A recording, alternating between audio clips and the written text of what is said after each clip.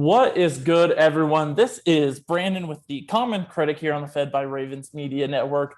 I have a fantastic show for you. I know it's been a little while. We've been in transition, but we are excited to get back to you guys. And it's just me for today, but that is a good thing because I have a fantastic episode planned for you guys. Look, you guys know we try to be the common people, right? Not really the big fancy critics, because I think it gives us a different perspective. I think when you're educated or too deep into when you're surrounded in an echo chamber like this with high society or whatever you call it, I think you have different opinions and whatnot. And I think, it skews things, right? Which is why I created this podcast. But look, I want to do something special for you guys, and I'm going to give you my most controversial, and maybe not most, but I'm just going to give you guys some opinions. I have my notes. I have IMDb all ready for you guys. And I think we just go at it, right? I think, and look, it's okay to disagree. It's okay to like movies. It's okay to not like them, right? Just because I say something doesn't mean I'm right or the masses agree with me. It doesn't have to be that way at all. But these are just some things that, my opinions are mine. So let's not waste any more time. Let's get into it. This one may be a softer one. I think a lot of people agree with me on this. James Cameron's Avatar. Movie kind of sucks. Look, CGI is great. Technically, it's ahead of its time. Still holds up.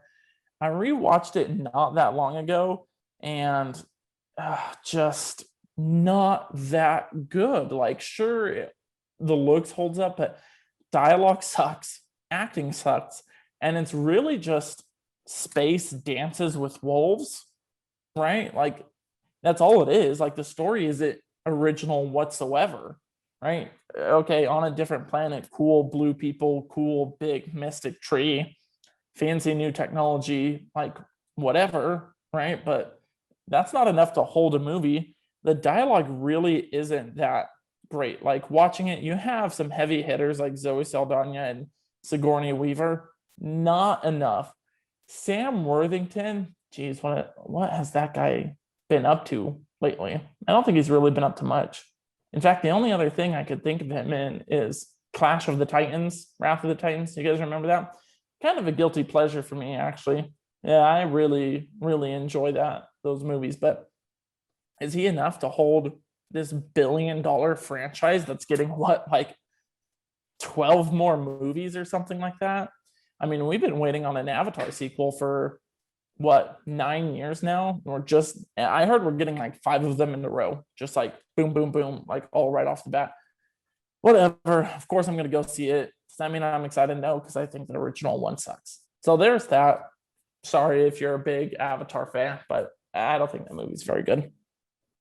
Look, here's another opinion of mine. You guys ready for this? Guardians of the Galaxy Volume 2 is a top 5 Marvel movie. Maybe even top 3 for me. I don't even know. Let me tell you, I'm going to repeat this a lot during this episode. Character and character development are the name of the game.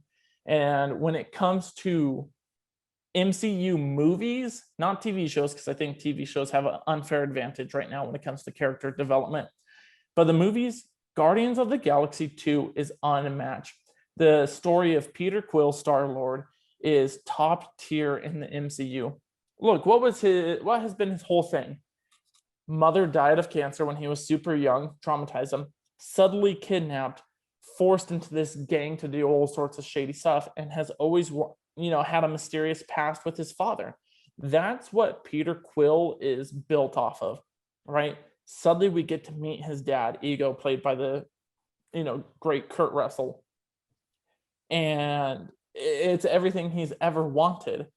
But what do we learn? He has more of a connection with Yondu and Peter Quill, his mother, that he doesn't care about his father by the end. Look, Ego is sucking him in, and as soon as he learns, this is like one of the greatest moments in all the MCU. This is a top 5 MCU moment. When Peter Quill learns that Ego killed his mother, he just snaps out of it, right? Goes and, attempts to kill his father right off the bat. all this development over essentially a movie and a half towards his father, gone in a single moment because he has more of a connection with his mom, and that's more important. I'm telling you guys, character development is the name of the game in these movies, and that's why Guardians of the Galaxy 2, in my opinion, is top 5. Now look, there's other things too. Obviously, Yondu's second saddest death in the MCU, below Iron Man, above Phil Coulson. That might be controversial on itself. Yes, Phil Coulson, much beloved in phase 1 of the MCU, but Yondu, you know, the whole line of he may be your father, but he's not your daddy. That's deep stuff, guys. Like, come on. Like, Yondu was always had a soft spot for Quill, and it's sad to see him go, especially when he had such a great turn in Guardians of the Galaxy 2. Even Gamora and Nebula, they're bonding, right? When Nebula says, I always just wanted a sister, right? We have been led to believe that Nebula was going to be this big villain, the henchman of Thanos and whatnot. No, it's not that. She's always just been looking for family. Even Kraglin's moment when it comes to Yondu's funeral, and we see the rest of the Ravagers come, and he has that great emotional moment, seeing that the Ravager that was essentially exiled from the rest of the group is finally getting his moment, you know, because Yondu was like a father figure to Kraglin as well. And you know what I'm really sad about is that Kraglin didn't get much of a moment in Endgame. People say he's Endgame. I've looked and slowed down 1,000 times. I cannot find him. I've seen pictures of him in behind the scenes, right? But I mean, that's it, right? I wish there'd be more Kraglin. I'm excited to see what they do in Guardians of the Galaxy 3. Okay, I'm actually really nervous for this next opinion because I think I am by far in the minority on this. And you know what? Hate me all you want. Come give me crap in our Instagram comments and DM us like you guys always do whenever my other co-host Cody gives a bad opinion. No, I'm just kidding, Cody. Look, Knives Out by Rian Johnson is so overrated. That movie is super overrated. Now look, I'm not saying it's a bad movie, right? But people are calling it like a 10 when it's really like a 7. Come on, guys, let's be real. It's not that big of a mystery, and I'll tell you why. One, they show us what happens to the old man, right? Like, we see exactly what happens. At best, it's like attempted murder, right? Like, I'm not a cop, I'm not a lawyer, I don't know what that's gonna get you, right? But in the end, he just killed himself, right? I mean, I don't know what that means legally, right? But it shows you exactly what happened. So that takes away like a huge mystery. So now we're not trying to find the murderer, we're trying to find an attempted murderer, which is not nearly as fun. And 2, big spoilers if you guys haven't seen it. Super obvious who does it. Like, as soon as I heard Chris Evans' character's name was Ransom, honestly, come on, Ransom, obviously that is the guy who's going to be the killer, right? Like, seriously, Ransom, could you not think of a better name to name your killer? Like, am I the only one who's saying Ransom? Come on, like, and I get the point of the movie. The big subtext was like supposed to be a display on modern society and how opinions and greed can infiltrate a family, right? I think it's just so over dramatized, this whole take on modern society and opinions and political beliefs and all these different things. Again, look, to say, I'm not saying it wasn't good, it's just overrated. Now, I'll give this movie a big compliment, right? And that's Daniel Craig, one of the greatest actors of our times. Obviously, a fantastic James Bond. And we may get into that later, right? I may have some opinions on James Bond depending on the time we have. But whenever Daniel Craig is on screen, I am just sucked in. And he does kind of a good Southern accent. I don't know if you guys have ever seen Logan Lucky with Channing Tatum and Adam Driver. It's a Southern heist movie. It has to do with NASCAR. I believe it's from Steven Soderbergh, who did the Oceans movies, Oceans 11, 12, and 13. Really great, but Daniel Craig is in it. and he plays a good Southerner too. So look, Knives Out is good, a little overrated. Please don't hate me because I know it has this weird cult following, and Knives Out 2 is already getting a huge cast, really stacked, a lot of hype. And of course I'm going to go see it. Of course I'm going to go see it in theaters, but first one's a little overrated. Look, we got through the first 3 controversial opinions. It's been a good time so far. Again, please don't hate me. Stick with us. I got some more coming at you. We're going to take a break here. Stick with us. This is The Common Critic on the Fed by Ravens Media Network. Back, everyone. This is The Common Critic on the Fed by Ravens Media Network. I am Brandon doing a solo show for you guys today. Very excited for what we have going on. So to sum up the first segment, again, Avatar sucks. Guardians of the Galaxy 2 is one of the best, and Knives Out is overrated. All right. If that didn't turn you away from what we have, I'm sure. Let's see if people make it through segment 2. Now, hopefully I could talk long enough for the segment 2 because I only have 2 opinions that I really want to talk about. And guess what? They are all Star Wars opinions. Okay. This is where we really get, why am I not saving this for the end? I don't know. Maybe I'm trying to weed out the people who aren't passionate enough about this podcast to stick with us. We're going to really weed out the non-believers. All right. This is an opinion I've had for a while and I've wanted to share, and I've really just waited for the perfect moment to share it. Star Wars. I think the prequel music is better than the original trilogy music. Okay, now hold on. Look, original trilogy music is fantastic. It is iconic. The Luke theme and the Darth Vader Imperial March. These are all iconic. Some of my favorite music, and I can't believe I'm going to sing some of this music for you guys since I'm so awful. But in Solo, which I'm going to bring up Solo, y'all hating Solo is just dumb. Solo is one of the best Star Wars movies. Stop crying over it and just enjoy the space western that we got. I could do a whole episode on my opinions on Solo, but I'm not going to get into it. When they bring back some of that original Han music, you guys know what I'm talking about. The dun dun dun dun dun ba, ba, ba. You guys know what I'm talking about. That's fantastic. But I'm telling you, prequel music overall is so much better. And obviously, I'm talking about Duel of the Fates, right? Just amazing stuff. And I think Anakin and Obi-Wan's duel at the end of Revenge of the Sith would not be what it is without the music in that, right? And I just think it's so much better. I'm very passionate about it, which is why I'm having trouble coming up with the words. Again, the original music is like the classic, recognizable, but when I'm talking about essence of composing and creating and musical theory, I just think the prequel music is better. It just has a better vibe. And I think, I've really come to appreciate the prequel movies with the disaster that the sequels are. And that's going to be the next opinion. And I've really come to grow fond of the prequel movies. And a lot of that does have to do with the score of John Williams. Fantastic stuff. Again, not to say original trilogy music isn't bad. I just think prequel is better. All right, here we go.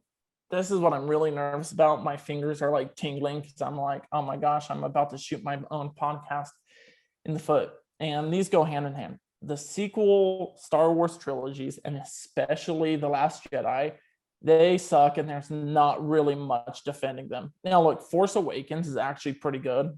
Of the 3, I would have to say Force Awakens is miles ahead. J.J. Abrams recently came out and said, look, I wish I had a plan for the Star Wars movies. What? JJ, are you serious?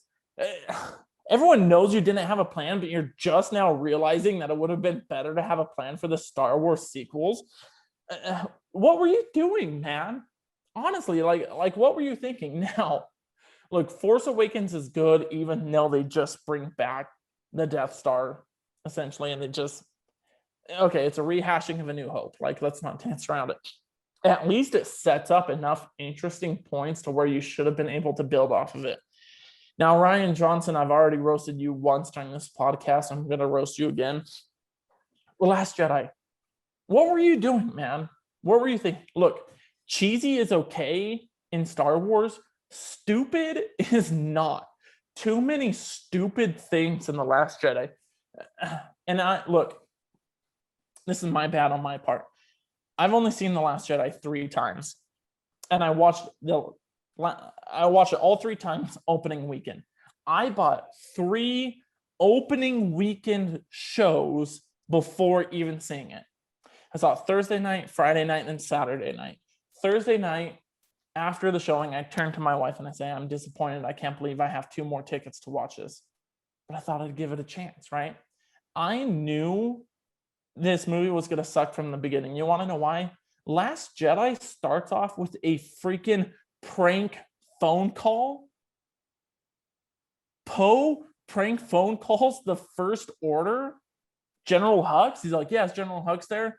Yeah, this is General. Oh, hello, are you there? Hello? Oh, no, I can wait. Can you guys take a message? Come on. You're starting a Star Wars movie off with a prank phone call? Give me a break, people. And not too long after that, get this, Luke Skywalker throws his lightsaber off a cliff.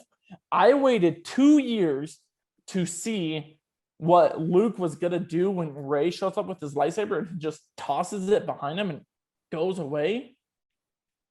What are you thinking, Rian Johnson? Come on, Luke is so out of character. Now, thankfully, we have Dave Filoni and Jon Favreau from The Mandalorian to save Luke's legacy in that last episode of The Mandalorian, right? But come on. Luke has a bad dream about Kylo Ren and suddenly goes and tries to murder him. That is so out of character for Luke. Now, look, I'm not even talking about the fact that when Jedis make a mistake or something bad happens, they go into isolation.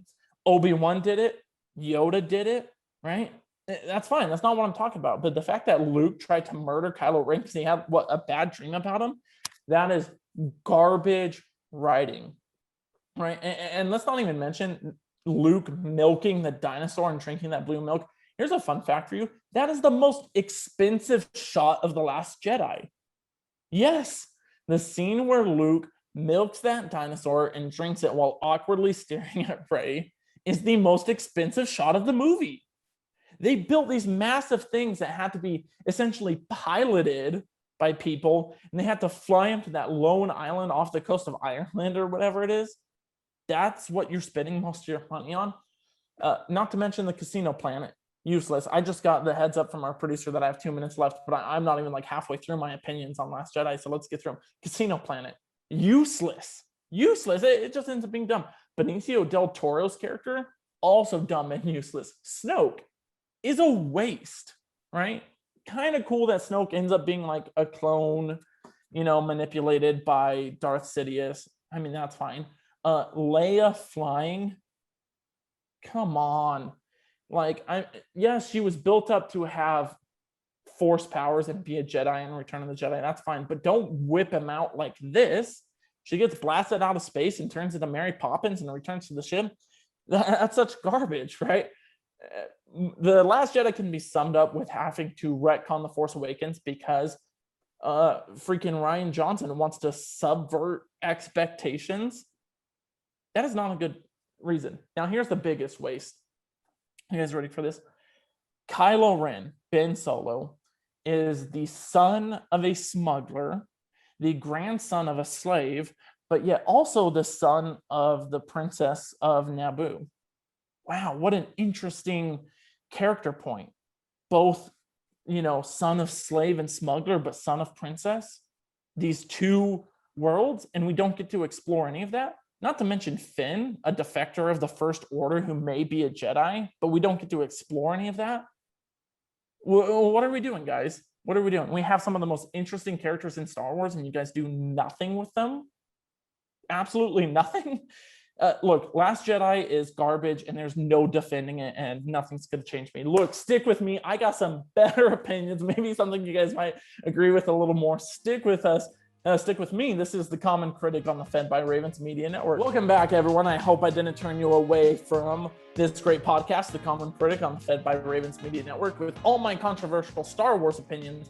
If there is a cult out there that I really am worried about, it's that defending the Last Jedi cult.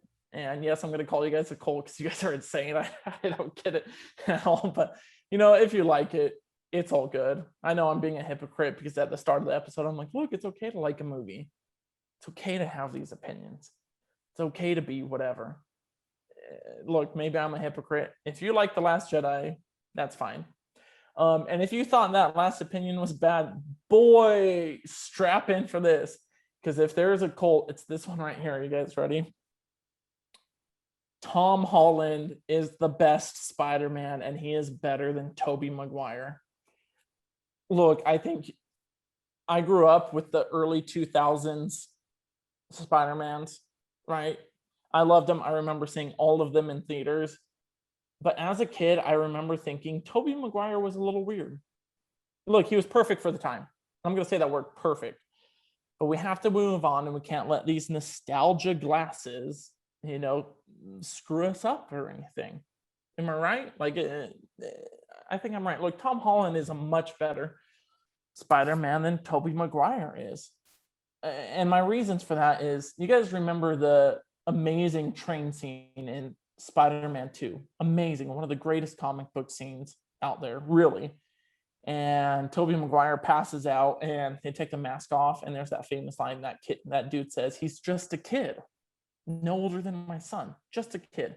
If Tobey Maguire was 30 when you're filming, and Tobey Maguire is not a kid. I mean, he's a little old. He's a little weird. Look, he's a decent Peter Parker, but when it comes to Spider-Man, Tom Holland fits it, looks the feel. He's an awkward kid who's a different person when under the mask, and that's who Spider-Man is. Two different people. You have to play two different characters. You have to play Spider-Man. You have to play Peter Parker. Look, and I just think, I'm going to say this. Far From Home, Spider-Man Far From Home, the new one with Mysterio, best Spider-Man movie. Really, truly. Spider-Man 2 is great. Spider-Man 3 is just awful, just abhorrent, really just terrible. What was Sam Raimi thinking, right? Far From Home, I told you guys at the beginning, character development is the name of the game. Let's look at this development, right? I've already talked about father figures in Guardians of the Galaxy 2. Spider-Man has lost in the MCU essentially two father figures. We never saw Uncle Ben, and we don't need to. Everyone in the world knows Spider-Man's story, right? It's a problem that DC is having with revamping Batman and Superman so much. Everybody knows Batman and Superman stories. We don't need another Spider-Man story. Look, Far From Home is great for development in, Peter Parker, Spider-Man, truly becoming his own self after the death of Iron Man. He relied on Tony Stark, that father figure, that mentor, too much. He finally became his own and was able to move past Mysterio, right? And take that on. That's great development. That's fantastic. And Tom Holland plays it so well when he's having that heart-to-heart with Happy Hogan in the plane, and he can't tell what's reality and what's not, and Mysterio's all in his head from showing him all these different things. Amazing. Not to mention that Mysterio sequence in Far From Home is some of the best comic book movies we've ever seen. Which leads me into something else. Leads me into DC. Look, DC, here's my next opinion. You will never catch up to Marvel with what you're doing right now. Oh, DC is not trying to catch up to Marvel. Yes, they are. Yes, they are. You look at the rush they've done, changing their source. Oh, excuse me, guys. Changing their source material to try and play off of Marvel. Look at Shazam. Look at Suicide Squad. Look at Wonder Woman 1984. Not great movies. They're trying to copy Marvel, right? Look, DC used to dominate Marvel in the early 2000s, right? Are you ready for this? V for Vendetta, Watchmen, Constantine, the Dark Knight trilogy. These are movie gospel, right? This is comic book movie gospel, right? And what did Marvel have? Maybe the Spider-Man trilogy. You guys already know my opinions on that, but Fantastic Four, Daredevil, look, Marvel got their stuff together and DC is not. DC needs to play with their early strengths, dark, gritty, a reflection of society's worst attributes, right? This is what they've always done. The closest they've gotten in the modern era is, of course, Joker, right? Joker, one of the greatest movies of all time. Look, we've never really had an origin story for this great villain, right? Joker. We have the Dark Knight Joker, one of the greatest. He's an agent of chaos, right? And that's his thing. He's just chaotic because that's what society is. Some people just want to see the world burn. But I think I like this Joker better, and I'm gonna tell you why.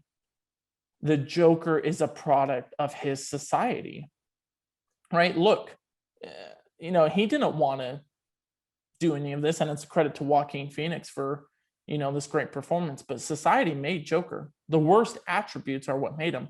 Look, the poor being looked down upon so much by the rich and powerful. Robert De Niro's character, the host, thinking that he can be better and make fun of someone who clearly has mental illness because he's in a position of power, right?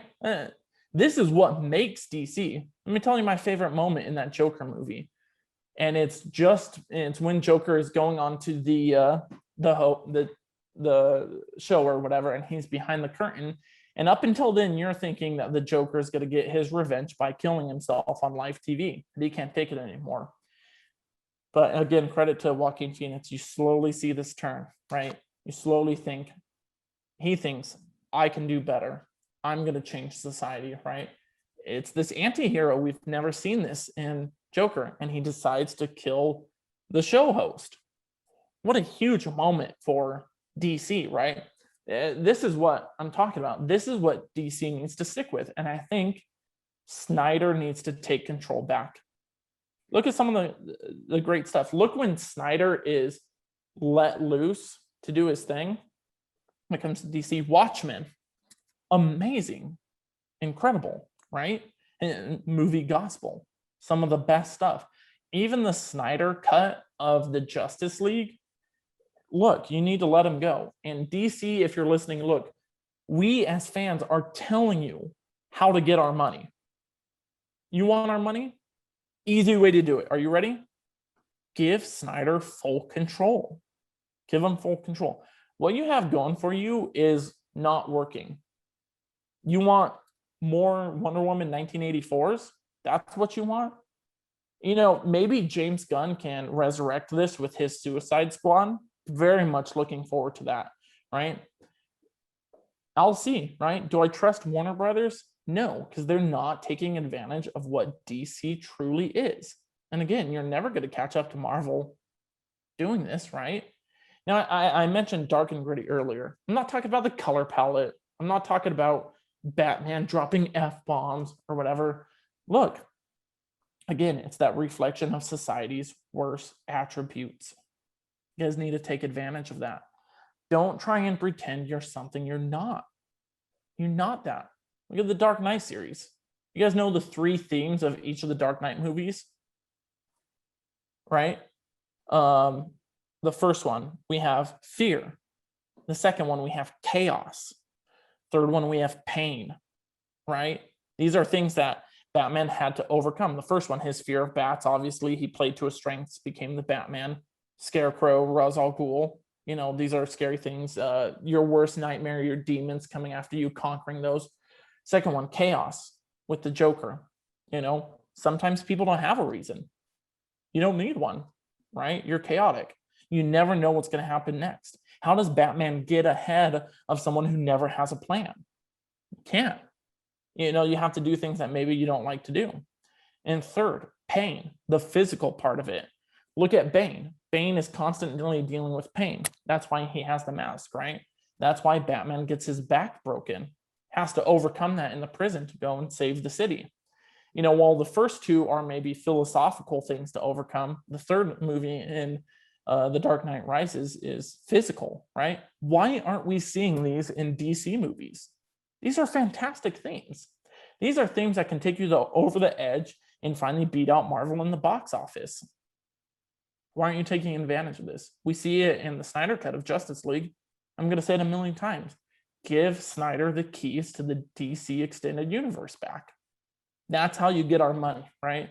No amount of James Gunn Suicide Squad, no amount of the new Flash movie with Michael Keaton is going to make up for that. Hey, look, stick with me. I got some more calming opinions coming at you. This is the Common Critic on the Fed by Ravens Media Network. Welcome back, everyone, for the fourth and final segment of this controversial episode, All My Crazy Opinions. This is the Common Critic on the Fed by Ravens Media Network. Let's end it on a lighter note, right? Let's be cool. Let's be chill, right? You know, in the immortal words of Samuel L. Jackson in Pulp Fiction, let's be chill. We're gonna be like a family of Fonzies or whatever he says. What are Fonzies like? We're gonna be cool, right? We're gonna be chill. Yolanda, be cool. Here's one: HBO Max, best streaming service out there right now. Like, okay, look, the app sucks. They have a lot of work to do on the app. Every time I try to fast forward, or heaven forbid, I try to rewind, the whole thing crashes. There's no next episode button, right? Like the app layout kind of sucks. They need to figure that out. But look, it has an amazing selection of movies and TV shows, really unmatched stuff. Now look, they did kind of pull off this controversial deal in allowing movies that should be in theaters onto the platform. Christopher Nolan has some words on it, and I think I agree with him. Look, I think hardly ever are movies really made to be streaming only. Maybe Netflix might disagree. I'm more of the opinion of the movie-going experience. We should support our theaters and give them our money, because there's really nothing else like a theater experience. Surround sound, great comfy seats, huge silver screen. It's amazing stuff. But what HBO Max and HBO has been able to pull off with their deals with Warner Brothers, especially during the pandemic, has been amazing. And it really goes to show their amazing selection of properties that they have under them. And look, Netflix is struggling, I think. And let me tell you the reason why. Netflix is too saturated with their original content. Look, rarely are Netflix originals in the middle. Either they're really fantastic or they're just garbage. But there's too many of them. Go to Netflix right now. Look how many originals there are. The reason why classic movies and TV shows are constantly being taken on and off of Netflix is because, look, there's only so much space. Can't be unlimited. It's not how life works. That's not how these things work. And right now they're oversaturating their platform. Netflix needs to take a step back. Look at what HBO Max has. HBO Max has amazing properties, right? Curb Your Enthusiasm, Barry, Game of Thrones, Westworld. These are amazing stuff. I've been on an Impractical Jokers kick for some reason. You guys ever watch that show? Hilarious. Sometimes it's hard for me to watch it because I get secondhand embarrassment too much. So, but look, Friends is on there. Say what you want about Friends, but people love it. Go get HBO Max. Amazing stuff on there. You're not to mention all the DC movies, all that great DC stuff I talked about earlier, all those great movies, they're all on there. Go get yourself an HBO Max subscription if you haven't. Ditch Netflix, right? Actually, no. Ditch Netflix after season 3 of The Umbrella Academy comes out, because that's the only good thing on Netflix right now. I should have talked more about The Umbrella Academy, but maybe later.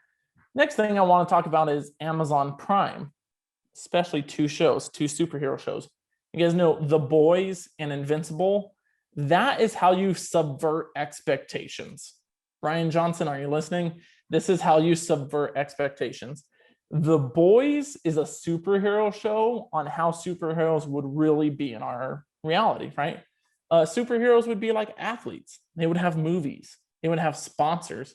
They would have products. They would have merchandise, right? And they would be treated like celebrities. Look at some of these celebrities. On the outside, perfect, great people. Behind the scenes, some of the biggest scumbags on earth, right? That's what The Boys shows. Look at Homelander. Homelander, the main superhero. He's Superman if Superman had this insane God complex and was only concerned about his reputation and didn't care about anything else, right? That's what The Boys has to offer. You guys can't be missing out on this. It's Amazon. It's on Amazon Prime. Everyone in the world has Amazon Prime. Go watch it. Now, look, it's super violent, super bad, lots of swear words, but that's how reality is. Look, and not to mention Carl Urban, one of the greatest actors ever. He has found his perfect role in Billy Butcher in that show. Look, and of course, there's going to be people against the superheroes, right? We have people against celebrities right now, against athletes. Of course, there's going to be people. The Boys is how you subvert expectation, along with Invincible. Invincible is a little bit new. It's an animated show, right? Done by Seth Rogen, of all people. Seth Rogen is the head guy on this project, been working on this for years, right? This animated show. Now, look, it's woke culture has infiltrated it a little bit. I have my opinions on that, whatever. Like, it's fine. But look, Invincible is how a show builds mystery through powerful characters. Omni-Man, look, you're gonna watch that first episode and think it's like the old school Justice League TV shows we used to watch Saturday mornings. Nope. Nothing like that. Not at all. This is how you subvert expectations. Twist and turns all over the place with powerful characters. You want to be on the edge of your seat with these insane characters all the time, right? That's what Invincible does. Now, here's my last one. WALL-E, that's the best Pixar movie. Look, in The Incredibles is my favorite, but I'm not gonna lie, WALL-E is the best. Let me tell you why. Character development is the name of the game. Characters, right? How is it that we feel so emotionally attached to this robot that never talks? He hardly has facial expressions, right? But he has a personality. He has a personality that we relate with so much, right? We want to be WALL-E. We want to be happy in everything that we do. WALL-E has the worst job in the world. Only robot left on Earth to clean up all this garbage. It's happy every day, right? He finds joy in his work, his collections, the things he finds, right? How do you get that much emotion out of this Pixar movie? WALL-E is Pixar at its best, right? And look, it shows you maybe a deeper, human level impact without going over the top. It shows, the human impact on the environment without shoving it down your throat. We make a lot of trash. What's going to happen when it gets to be too much? Is there going to be a generation of humans that never knows any of this, that relies too much on technology? Show that in a fun way. That's how you do it. And that's why I think WALL-E is the best. Look, I just want to say that none of these opinions I say to make me look cool or feel hip, right? It's not cool to just go against culture for the sake of going against culture. Hating popular things does not make you cool. Like, I'm sorry, Twitter, right? Since you people on Twitter, that's like half of what you guys do. Just because somebody gets a lot of likes doesn't mean they're right. Could just mean that a lot of morons agree with them, right? And I say these things not to get clout or anything. It's all right to disagree. These are just opinions. None of these are fact, no matter how passionate I am, no matter how much I argue against you. What I have to say, it doesn't make it facts on these movies, right? You can disagree with anything, right? And if a lot of you agree with me, who knows? Maybe we're the dumb ones that I just warned you guys about, right? But look, I made the common critic to give different perspective to movies and shows. These big critics, I think sometimes they're too much in their head. They're looking at things deeper than they should be. I see movies as escapism. Let's get out of our reality. When you're showing reality too much, look, we want to connect, and for that you need a pinch of reality in the recipe. But I don't want it to have it shoved down my throat what's going on in society, what's really dragging me down. Of course, there's exceptions. There's always exceptions in everything. But look, this is what the common critic is about, to get the common man's opinion. And look, I'm looking to rebuild this stronger than ever. We have a small crew. We all have jobs. We all have families. We all have different things, but we're passionate about this. We're passionate about bringing our thoughts and opinions about these movies and shows right to you guys. And for that, we need your help. Like I said, at the end of the year, our goal is we're going to apply to be on Rotten Tomatoes. and we're going to come in and we're going to cause chaos for all those other critics, and we're going to skew the curve, and we're going to cause all sorts of problems and mess up their percentages and whatnot. If you guys don't know how Rotten Tomatoes works, they just take the average of what all of these other critics are saying. Can't hate on Rotten Tomatoes, but you could hate on the people giving their crappy opinions, right? They don't speak for us. They don't. And I don't speak for you guys either, but I hope I get close. Look, follow us on Instagram, follow us on Facebook, follow us on Twitter, and most importantly, like us on YouTube. YouTube is the big one. Subscribe to us, listen to us weekly. We got great stuff going on. We got a great crew. Dallas and Cody are going to be joining me soon, right? They have great opinions. They have great stuff. And look, big shout out to the Fed by Ravens Media Network for doing their thing. Look, this has been The Common Critic. Thanks for joining me so much, guys, and I'll see you next time.